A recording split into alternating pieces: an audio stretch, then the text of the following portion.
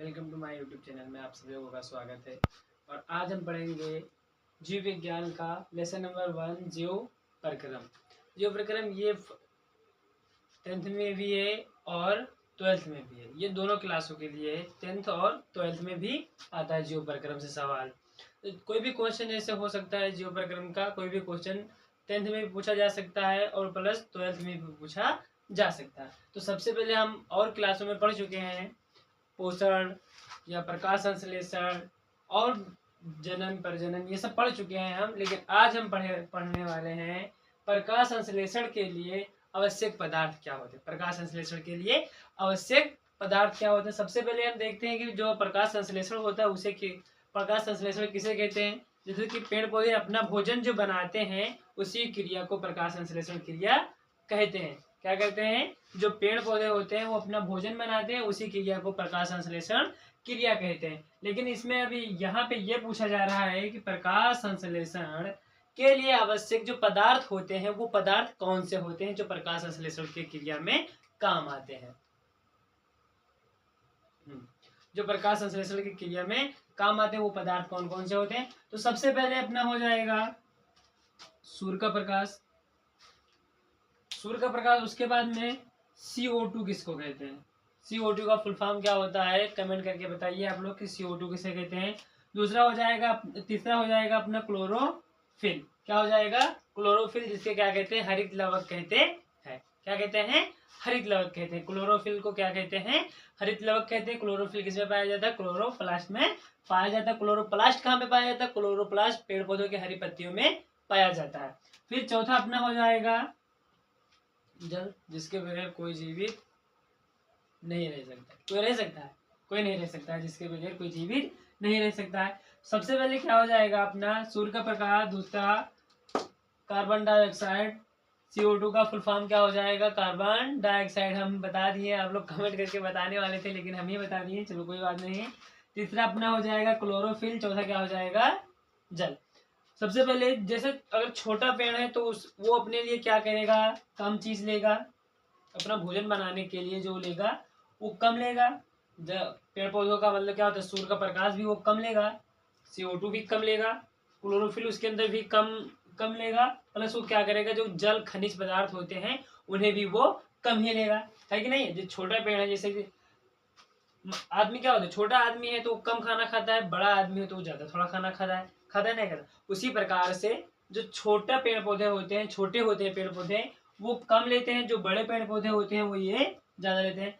सबसे पहले क्या है, CO2 प्लस 12 हाइड्रोजन, हाँ 12 हाइड्रोजन है, फिर H2O है ना। हम क्या करेंगे, इसका अभिक्रिया कराएंगे, किसके साथ अभिक्रिया कराएंगे, सूर्य का प्रकाश प्लस क्लोरोफिल के साथ क्या होगा, इसका अपक्रिया होगा। क्या होगा, सूर्य का प्रकाश और क्लोरोफिल के साथ इसका अपक्रिया होगा। और अपक्रिया करने के बाद में ये क्या बनाएगा, ग्लूकोज। पेड़ पौधे क्या बनाते हैं भोजन में, अपना ग्लूकोज बनाते हैं। ये देखिए ग्लूकोज का सूत्र क्या हो जाएगा, C6H12O6 plus 6O2 plus 6H2O, क्या हो जाएगा, ग्लूकोज का सूत्र हो जाएगा। तो आप लोगों को एकदम पक्का समझ में आ गया होगा कि प्रकाश संश्लेषण के लिए आवश्यक जो पदार्थ होते हैं कौन कौन से होते हैं। सबसे पहले तो अपना हो जाएगा सूर्य का प्रकाश, दूसरा O2 मतलब कार्बन डाइऑक्साइड, तीसरा क्या हो जाएगा अपना क्लोरोफिल, चौथा क्या हो जाएगा, जल हो जाएगा, है ना। ये सब क्रिया से क्या करते हैं, जो पेड़ पौधे होते हैं अपना भोजन तैयार करते हैं।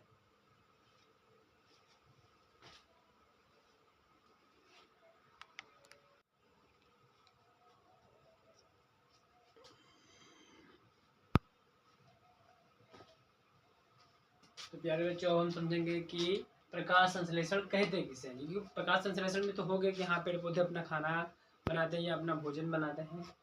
बहुत ज़्यादा गर्मी है यार, बनाते हैं। लेकिन प्रकाश संश्लेषण से होता क्या है, प्रकाश संश्लेषण कैसे, ये जो प्रकाश संश्लेषण की क्रिया है ये क्रिया कैसे होती है ये भी जानना जरूरी है। कोई भी पूछ सकता है कि खड़े हो जाओ, आप प्रकाश संश्लेषण की क्रिया बताओ या प्रकाश संश्लेषण किसे कहते हैं ये बताओ। जानना जरूरी है कि नहीं जरूरी है। ये पोफड़ किसे कहते हैं, पोफड़ में कौन सी क्रिया होती है, उसी क्रिया को प्रकाश संश्लेषण क्रिया में कन्वर्ट कर देना है। पोफड़ में क्या हो गया, पेड़ पौधे जैसे मनुष्य अपना खाना जो खाना खाते हैं उसी को पोषण कहते हैं, है ना। उसी प्रकार से जो पेड़ पौधे अपना खाना या खनिज पदार्थ या जल बल मतलब ग्रहण करते हैं उसी को पोषण कहते हैं, है कि नहीं। अब हम समझेंगे प्रकाश संश्लेषण को। क्या समझेंगे? प्रकाश संश्लेषण को। प्रकाश संश्लेषण क्रिया को तो समझ गए कि पेड़ पौधे अपना भोजन बनाते हैं, भोजन में क्या बनाते हैं? ग्लूकोज बनाते हैं। लेकिन ये सब बनाते कैसे, ये जानना जरूरी है। तो यहाँ पे क्या लिखा है? हरे पेड़ पौधे सूर्य के प्रकाश की उपस्थिति में जमीन से जल और वायुमंडल से कार्बन डाइऑक्साइड और क्लोरोफिल की उपस्थिति में क्या होता है? क्लोरोफिल की उपस्थिति में अपना भोजन किसको बनाते हैं? ग्लूकोज को बनाते हैं। किसको बनाते हैं? ग्लूकोज को बनाते हैं।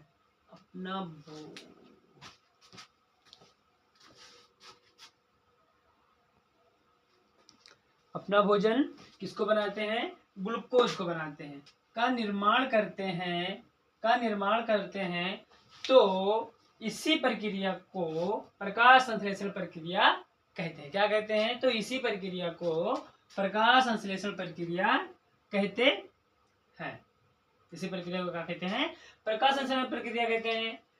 ये मैं भूल गया हूँ, प्रकाश संश्लेषण पे बिंदी लगाना। चलो आप ठीक है। फिर प्रकाश संश्लेषण की क्रिया में पेड़ पौधे कार्बन डाइऑक्साइड को लेते हैं। प्रकाश संश्लेषण की क्रिया में क्या होता है? जो कार्बन डाइऑक्साइड मनुष्यों द्वारा, जिसे हम लोग क्या करते हैं, सांस को लेंगे तो क्या करेंगे? ऑक्सीजन को लेंगे, और फिर जब छोड़ेंगे तो क्या छोड़ेंगे? कार्बन डाइऑक्साइड, क्योंकि वो खराब हो जाता है, वो हम लोगों के लिए हानिकारक है। हम क्या करेंगे? कार्बन डाइऑक्साइड को फिर यहाँ से छोड़ेंगे, फिर उसी को कार्बन डाइऑक्साइड को कौन ग्रहण करेंगे? पेड़ पौधे ग्रहण करेंगे।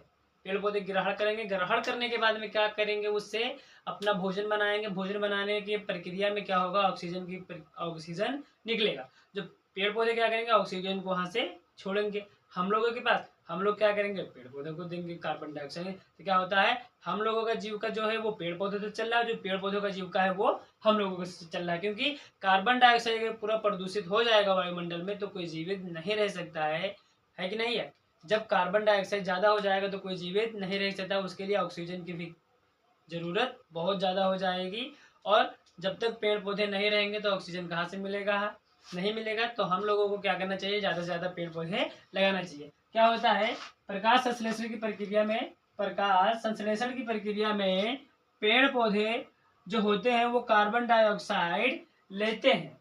क्या करते हैं? कार्बन डाइऑक्साइड को ग्रहण कर लेते हैं और उधर से क्या करते हैं? ऑक्सीजन को बाहर छोड़ देते हैं। क्या करते हैं? वो ऑक्सीजन को पर्यावरण में बाहर छोड़ देते हैं, या ऑक्सीजन को वायुमंडल में छोड़ देते हैं। क्यों छोड़ते हैं? पेड़ पौधे छोड़ते हैं। एक बार हम फिर से देख लिए, यहाँ से एक बार फिर से देख ले।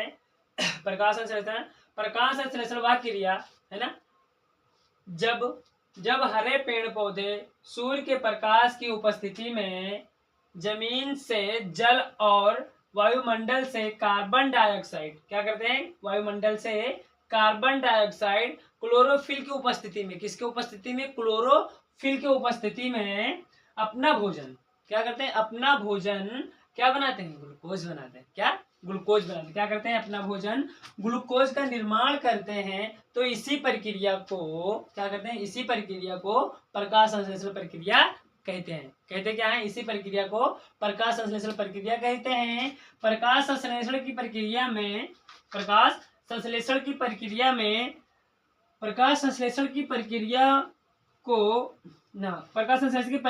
में पेड़ पौधे जो होते हैं कार्बन डाइऑक्साइड लेते हैं और ऑक्सीजन उधर से छोड़ते हैं। क्या होता है? ऑक्सीजन छोड़ते हैं।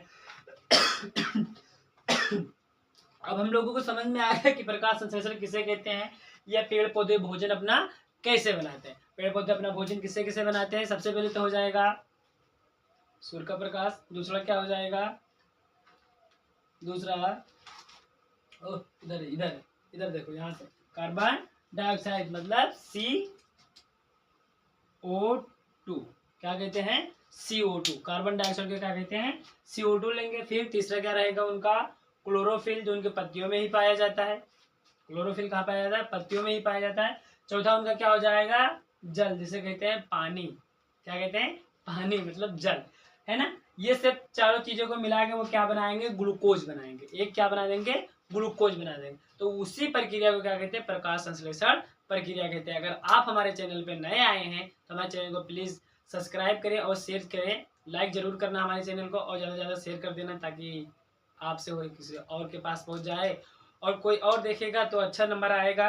पढ़ें, और आप लोग चाहे 10th में हैं तो भी पढ़ सकते हैं या 12th में हैं तो भी पढ़ सकते हैं। और कमेंट करके बताइए कौन सा लेसन अब आगे चालू करें, केमिस्ट्री में चालू करें या फिजिक्स में चालू करें, आप लोग कमेंट करके ज़रूर बताइए।